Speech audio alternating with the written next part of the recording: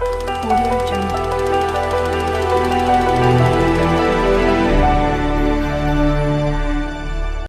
میں ان بدنصیبوں میں ایک ہوں کہ جس نے اپنی ماں کو بھی کھو دیا ہے اور اپنے باپ کو بھی.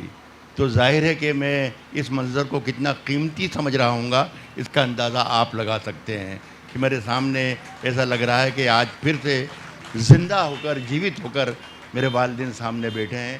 دھیریندر کو اور ان کی شویتا بہن کو میں بہت بہت مبارکباد پیش کرتا ہوں اور خدا سے دعا کرتا ہوں کہ دونوں کی عمریں خدا بہت طویل کرے, بہت لمبی عمر ان کی دے, تاکہ ہم اسی طریقے کے جشن, اسی طریقے کی ان کی عبادت اور ان کی یاد ہمیشہ ہمیشہ قائم رکھنے کے لیے ایسی تعمیرات کرتے رہیں.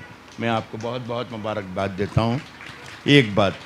دوسری بات یہ کہ یہ ماں کو یاد کرنا میرے نزدیک اکثر بھی یہ کہہ چکا, یہ کوئی نئی بات پہلی بار نہیں کہہ رہا ہوں.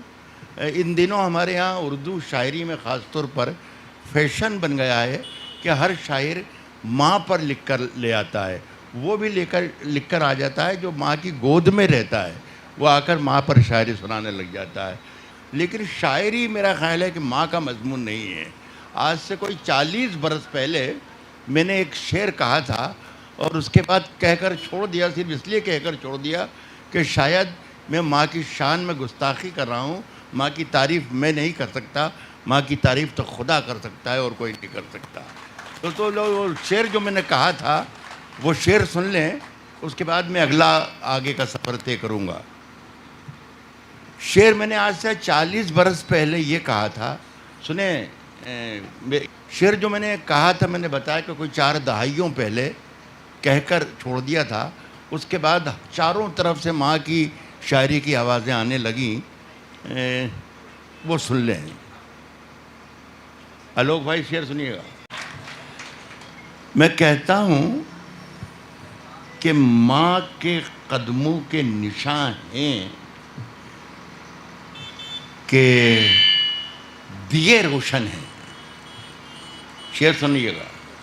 ماں کے قدموں کے نشان ہیں کہ دیے روشن ہیں. ماں کے قدموں کے نشان ہیں کہ دیے روشن ہیں. غور سے دیکھ یہیں پر کہیں جنت ہوگی. ماں کے قدموں کے نشان ہیں کہ دیے روشن ہیں. غور سے دیکھ یہیں پر کہیں جنت ہوگی.